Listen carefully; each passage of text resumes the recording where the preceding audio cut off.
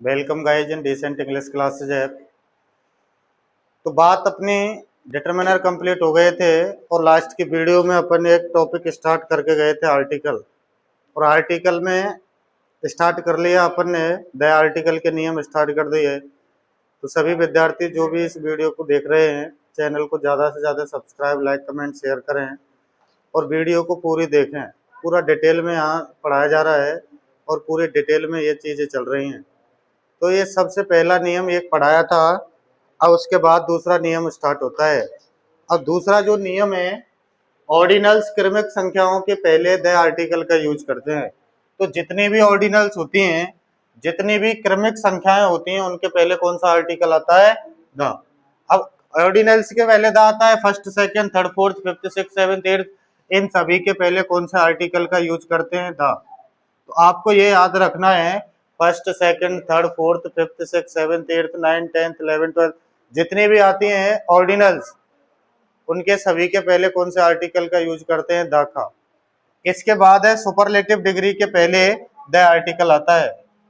किसका यूज करते हैं सुपरलेटिव डिग्री के पहले? द आर्टिकल का।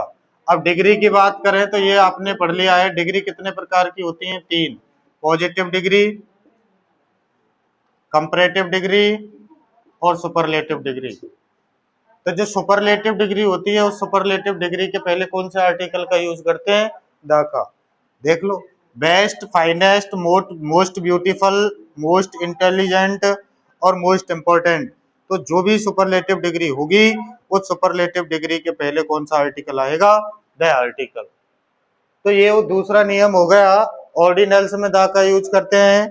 तीसरा नियम हो गया, सुपरलेटिव डिग्री के पहले कौन सा आर्टिकल आता है? द। अब रूल नंबर 4 को देखो।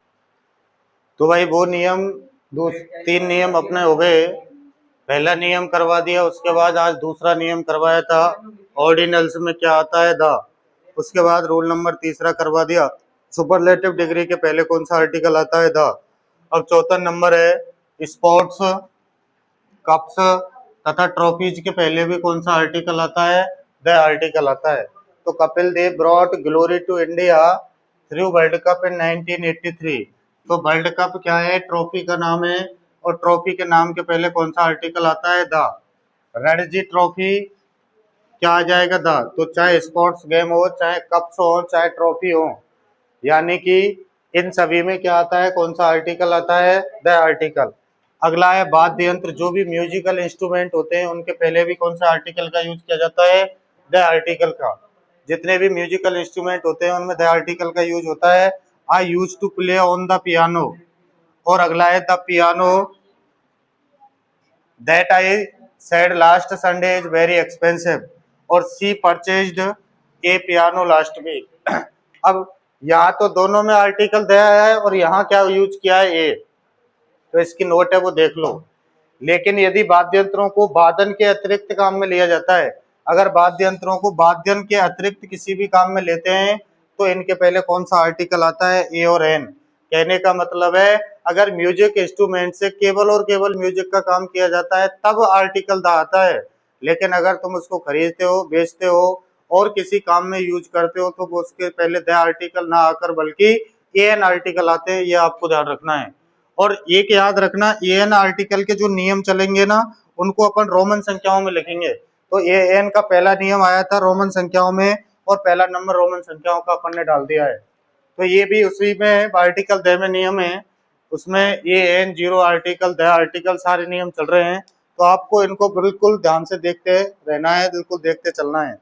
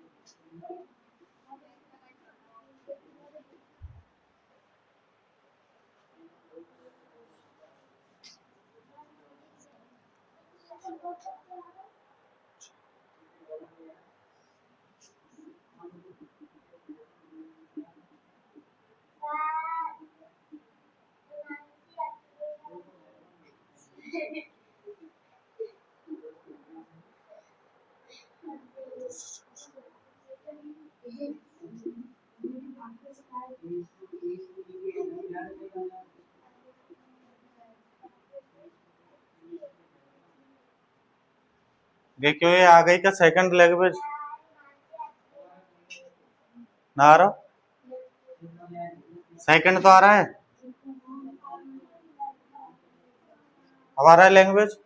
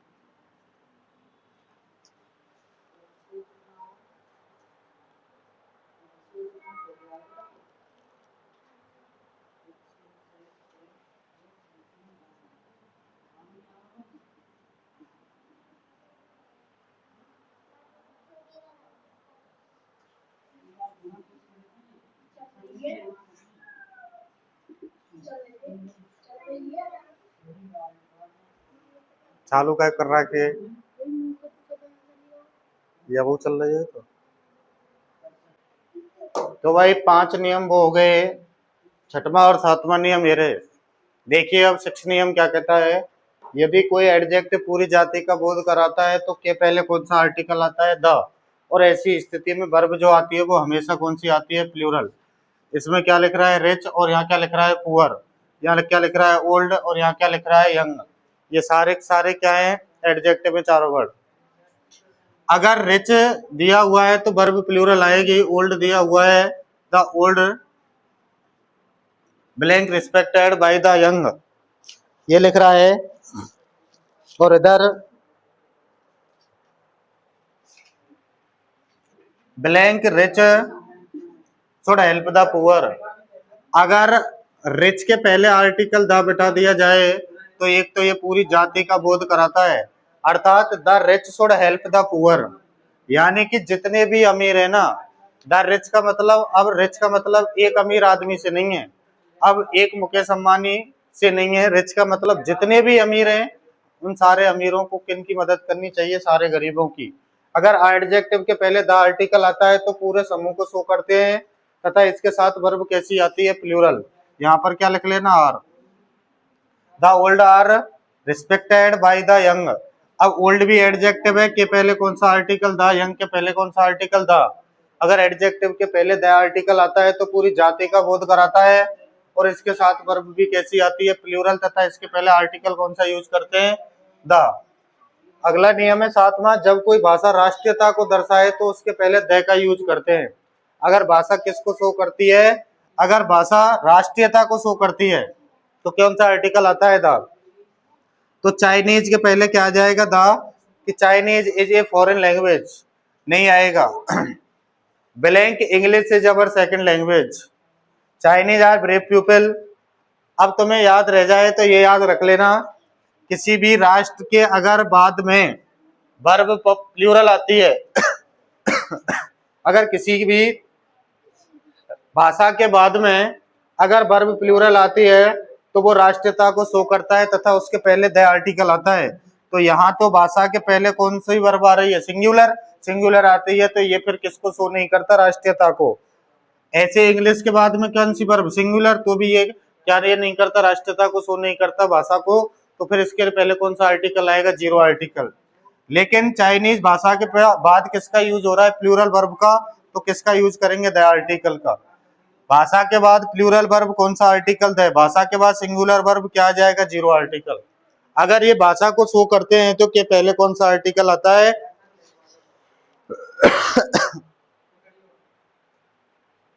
अगर इंग्लिश इज रिच करते हैं तो क्रॉस, और इंग्लिश आर रिच करते हैं तो फिर कौन सा आर्टिकल आ जाएगा? द।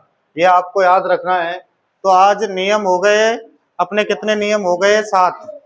7 नियम होने के बाद अब बात करेंगे अगले 8वें नियम की। तो भाई जो पिछला नियम लिखाया था उसकी नोट ये लिख दी आपके लिए। यदि भाषा के बाद सिंगुलर वर्ब आती है, अगर भाषा के बाद सिंगुलर वर्ब आती है तो वो राष्ट्रीयता को नहीं दर्शाती है, अर्थात उसके पहले कोई आर्टिकल नहीं आता है। परंतु यदि भाषा के बाद प्लूरल वर्ब आती है, लेकिन यदि भाषा के बाद प्लूरल वर्ब आती है तो वह राष्ट्रीयता को दर्शाती है तथा उसके पहले कौन सा आर्टिकल आता है? द आर्टिकल आता है। अगला नियम है जाति तथा समुदाय के पहले।